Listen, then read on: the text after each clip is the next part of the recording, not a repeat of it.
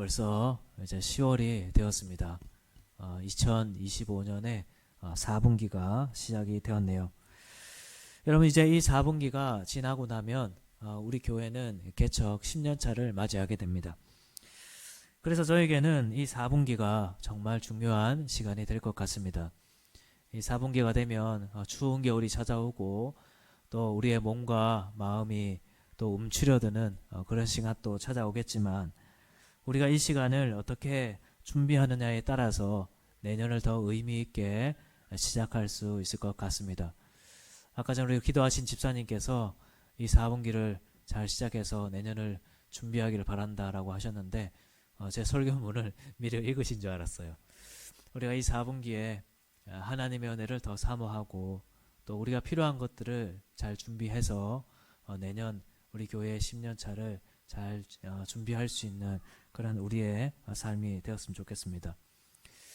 그래서 저는 요즘에 이번 4분기를 어떻게 보낼까, 또 내년을 어떻게 준비할까, 이런 생각을 많이 하며 지내고 있습니다. 그러면서 최근에 한 책을 읽고 있는데, 존 파이퍼 목사님의 삶을 허비하지 말라라는 책입니다. 이 책은 우리가 삶을 허비하지 않기 위해서 우리의 삶의 중요한 가치를 발견해야 한다고 말하는데, 그러면서 서두에 이런 질문들을 던집니다. 한번 넘겨봐 주실래요? 내 삶을 허비하지 않는다는 것은 무엇인가? 자기 분야에서 성공한다인가? 최고로 행복하게 산다인가? 대단한 일을 이룬다인가? 가능한 많은 사람들을 돕는다인가? 여러분, 우리가 우리의 삶을 허비하지 않는다는 것은 다른 말로 하면 우리가 우리의 인생을 잘 사는 것이라 그렇게 할 수 있겠죠. 그러면 우리의 인생을 잘 사는 것은 어떤 것을 말할까요? 여러분들께서 이번 2025년을 지내오시면서 어떻게 사는 것이 잘 사는 것이라 생각하셨습니까? 자기 분야에서 성공하는 삶입니까? 아니면 많은 사람들에게 인정받는 그런 삶입니까? 만약 이런 삶이 우리의 인생을 잘 살아가는 모습이라 한다면, 오늘 본문에 나오는 느헤미야야말로 진짜 인생을 잘 살았던 사람이라 할 수 있을 것 같습니다. 오늘 본문에 나오는 느헤미야는 이스라엘 백성 중에 한 명이었는데, 그런데 당시 이 이스라엘 나라는 어떤 상황이었냐 하니까 나라가 멸망한 그런 상황이었습니다.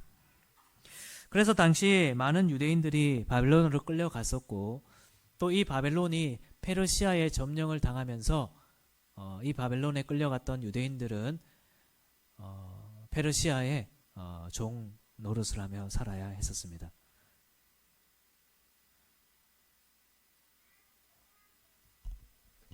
그런데 그런 상황에서 이 느헤미야는 어떤 삶을 살았냐고 하니까 페르시아 왕궁에서 왕의 술관원을 하며 살았다고 되어 있습니다. 여러분, 당시 왕의 술관원은 어떤 사람이 하는 일이었냐 하니까 왕이 정말 신뢰하는 사람이 했던 일이었습니다. 왜냐하면 이 술이라는 것은 언제든지 독살의 도구가 될 수 있기 때문입니다. 그래서 이 술관원은 왕이 정말 신뢰하는 사람이 하는 일이면서도 이 당시 고대 문헌에 따르면 왕의 결정에 영향을 끼칠 수 있는 그런 사람이 하는 일이기도 했었습니다. 그러니까 이 느헤미야는 포로국의 신분이었지만 페르시아 왕의 최측근이 되었던, 그야말로 인생을 정말 성공했던 그런 사람이었습니다. 여러분, 이 느헤미야와 같은 삶이 어떠십니까? 아마 많은 사람들이 원하는 그런 삶일 것입니다. 자기 분야에서 최고의 자리에 오르면서도 사람들에게 존경받는 그런 삶이죠. 아마 우리가 이런 삶을 살고 있다면 우리는 인생을 정말 의미 있게 산다고 생각할지도 모르겠습니다. 적어도 내가 내 삶을 허비한다고 생각하지는 않겠죠. 그런데 이 느헤미야는 이렇게 왕의 술관원으로 살아가는 것을 가장 가치 있는 삶이라고 생각하지는 않았던 사람이었습니다. 물론 그렇게 세상적으로 높은 지위에 있다는 것을 나쁘게 생각한 것은 아니었습니다. 그게 나쁜 것은 절대 아니죠. 하지만 느헤미야는 그것보다도 더 중요한 가치가 있다는 것을 기억했던 그런 사람이었습니다. 그래서 이 느헤미야는 결국 이 자리를 잠시 내려놓고 폐허가 되었던 그 유대 땅으로 돌아가는 그런 결정을 내리게 됩니다.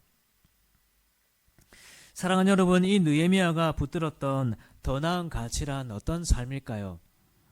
우선 오늘 말씀 2절에 보면 당시 느헤미야는 믿음의 공동체를 향한 가치를 품고 있었다는 것을 볼 수 있습니다.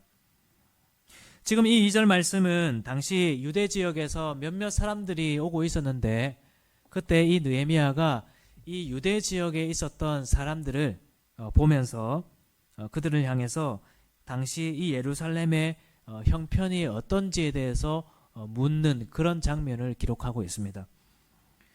여러분, 저는 이 2절만 보고도 이 느헤미야가 어떤 마음을 품고 있었는지 너무나 잘 알 수 있었습니다. 왜냐하면 저도 이 교회를 개척하면서 이런 마음을 느낄 때가 많이 있었기 때문입니다. 제가 교회를 개척하면서 참 많이 위로를 느낄 때가 언제냐 하니까, 우리 교회의 형편을 자세하게 물어봐주는 사람이 있으면 정말 그때 위로가 됩니다. 얼마 전에는 부산에 가서 설교를 할 일이 있었는데, 예배를 마치고 그 목사님 장로님과 함께 대화를 하는데, 그 교회 목사님 장로님께서 우리 교회 형편을 자세하게 물어봐 주시더라고요. 그런데 그 질문은 단지 우리 교회가 어떤지에 대한 정보를 묻는 질문이 아니었습니다. 우리 교회를 향한 그 마음을 담아서 우리 교회와 같은 교회가 잘 자리를 잡아서 하나님 나라의 한 부분을 잘 감당하기를 바라는 그런 마음이 담겨져 있는 질문이었습니다.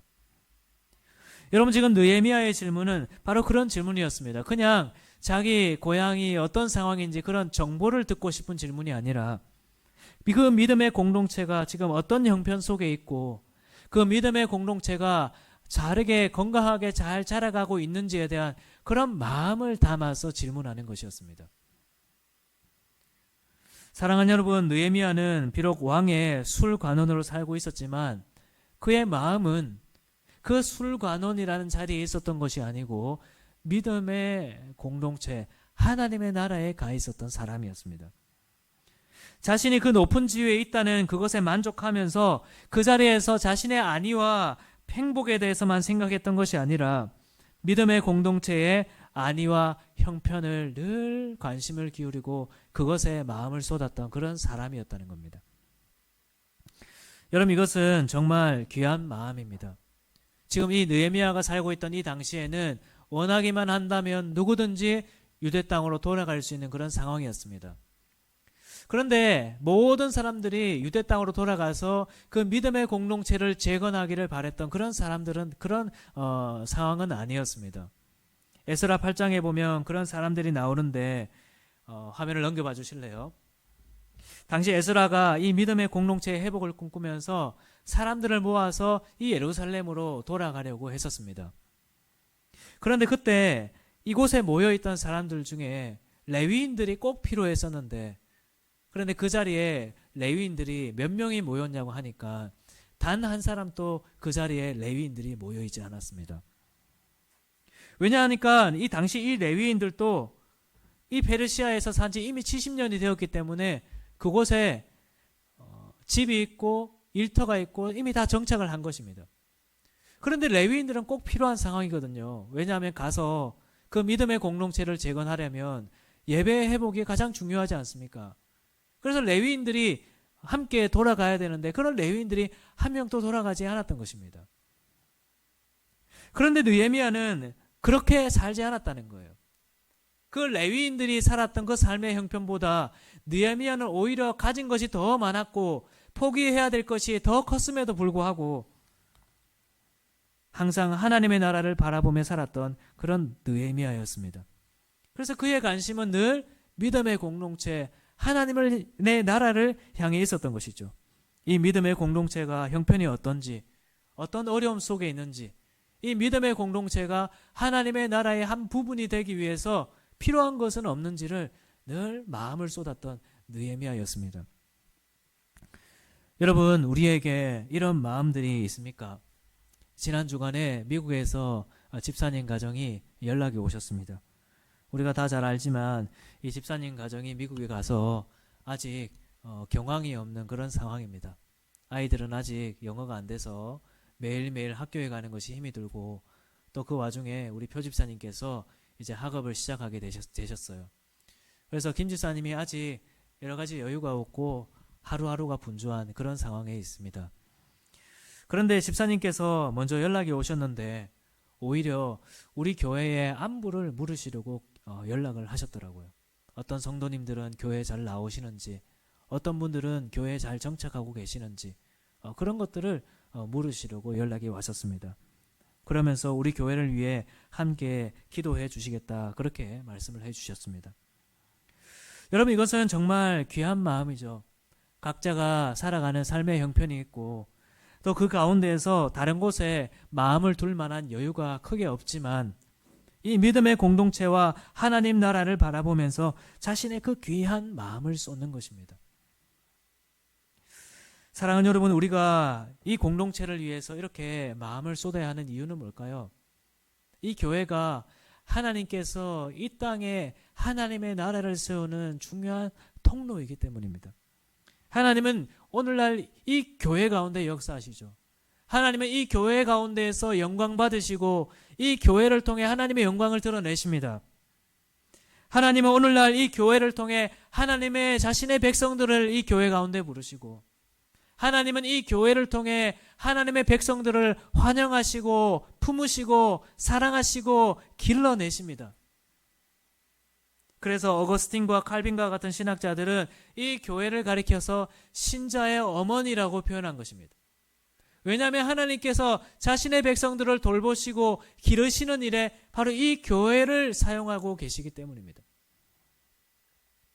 그래서 우리가 오늘날 이 교회를 마음에 품고 살아가는 것은 우리에게 너무나 귀한 가치입니다.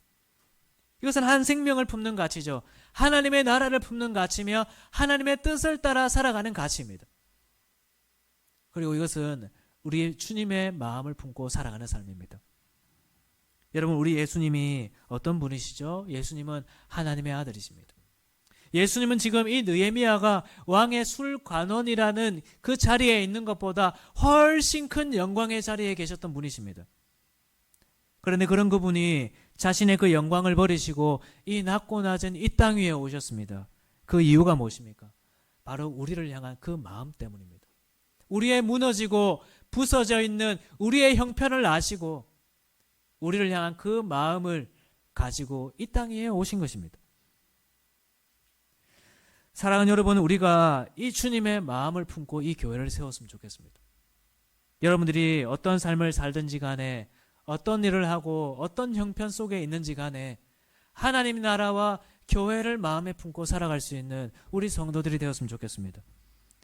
그래서 이 교회의 형편에 관심을 기울이고 이 교회는 지금 어디가 무너져 있는지, 어디가 보수를 해야 되는지, 어디에 우리가 마음을 쏟아야 되는지를 고민할 수 있는 우리 성도들이 되었으면 좋겠어요. 여러분들이 그런 마음을 품고 살아가는 그런 이 교회를 세우는 사람들이 되어주시기를 바랍니다.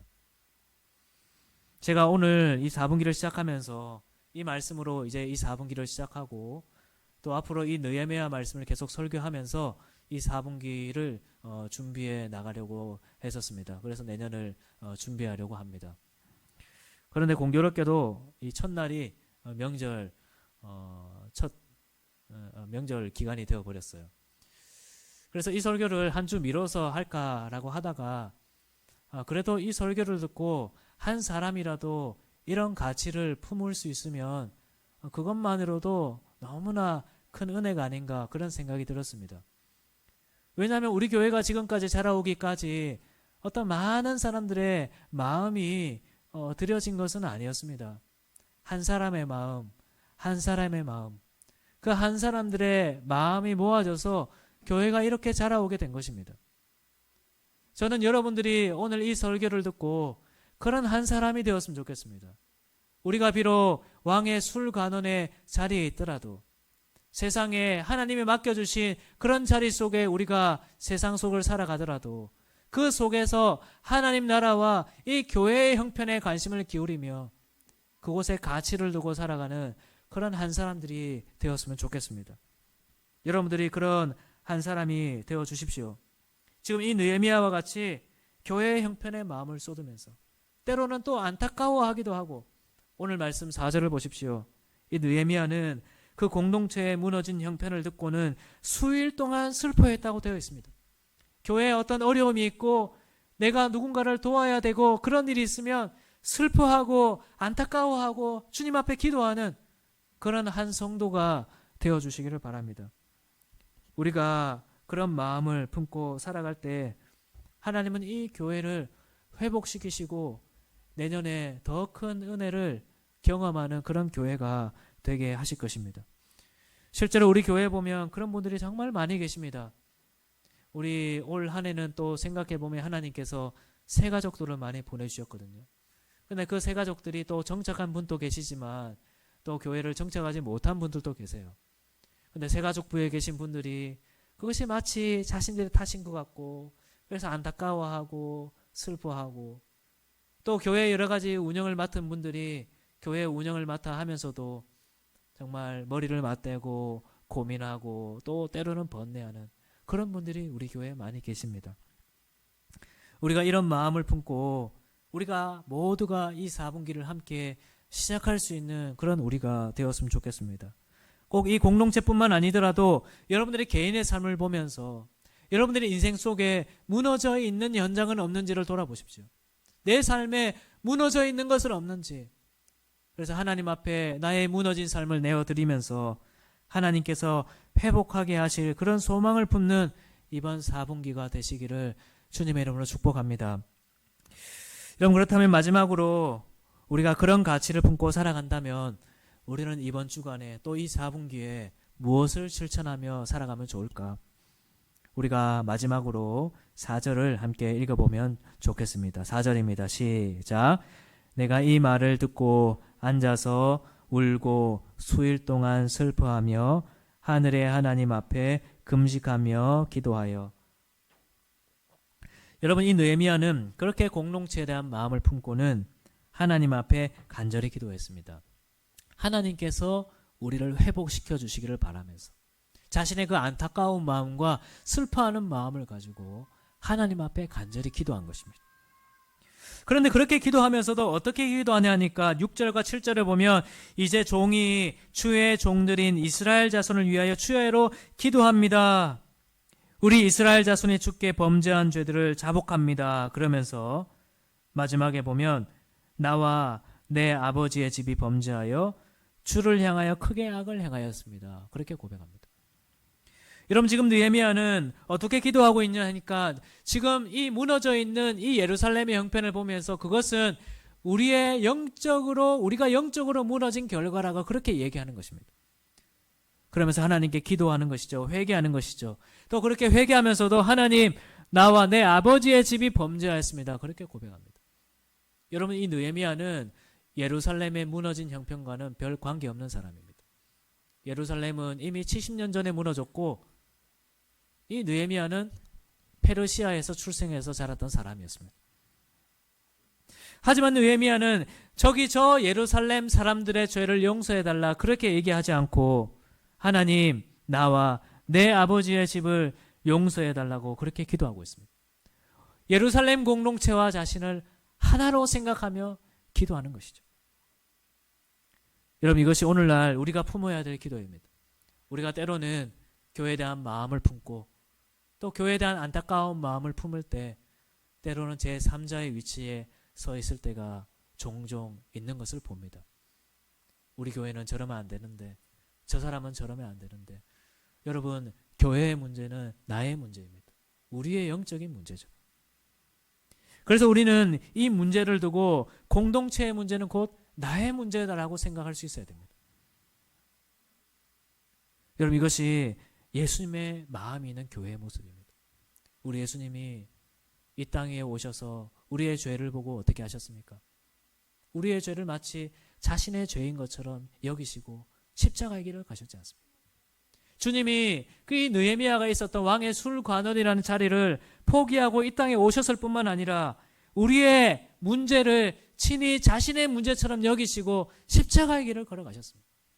그 주님의 마음이 있는 교회는 이 문제를 두고 제3자의 위치에서 바라보는 것이 아니라 이것은 나의 문제고 우리의 영적인 문제라고 고백할 수 있는 그런 교회가 되어야 되는 거예요. 여러분, 우리가 이 예수님의 마음을 품고 이 교회를 세워갑시다. 그래서 이 4분기에는 우리가 이 공동체를 두고 함께 기도했으면 좋겠습니다. 제가 약 한 달 전에 우리 교회의 비전에 대해서, 우리가 붙들고 있는 가치에 대해서 나눴던 적이 있었습니다. 그러면서 최근에 제가 이것들을 다시 한번 살펴보고 있는데 하나가 빠진 것 같아요. 기도에 대한 것이 빠진 것 같았습니다. 여러분, 우리는 기도하는 공동체가 되어야 되죠. 우리가 지금 여러 가지 삶의 형편과 성도들이 살아가는 장소와 이런 것 때문에 모여서 함께 기도하는 기도회가 없는 그런 현실입니다. 하지만 우리가 지금 당장 어떤 기도회를 만들어서 기도하는 것은 어렵더라도 우리가 각자의 자리에서 이 교회를 위해 기도할 수 있는 그런 기도회 공동체가 되어야 됩니다.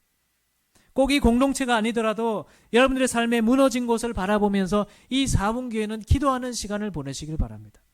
그저 세상 사람들이 살아가는 것처럼 세상에서 높이 올라가는, 그래서 그런 삶에 만족하는 그런 삶을 살아가는 것이 아니라 여러분들의 그 가치 있는 인생을 정말 가치 있는 것을 위해 사용하는 그런 우리 성도들이 되었으면 좋겠습니다.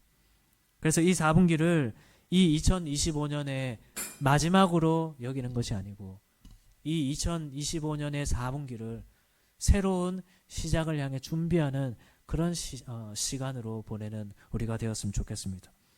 우리가 그렇게 이 4분기에 이 교회와 하나님 나라에 대한 가치를 품고 또 함께 이것을 위해 기도하며 나아간다면 이 느헤미야 1장부터 시작되는 이 회복의 이야기가 우리의 이야기가 될 줄을 믿습니다. 우리가 그렇게 함께 나아가는 우리 새로운 시민교회 공동체가 되었으면 좋겠습니다. 그렇게 함께 나아갑시다.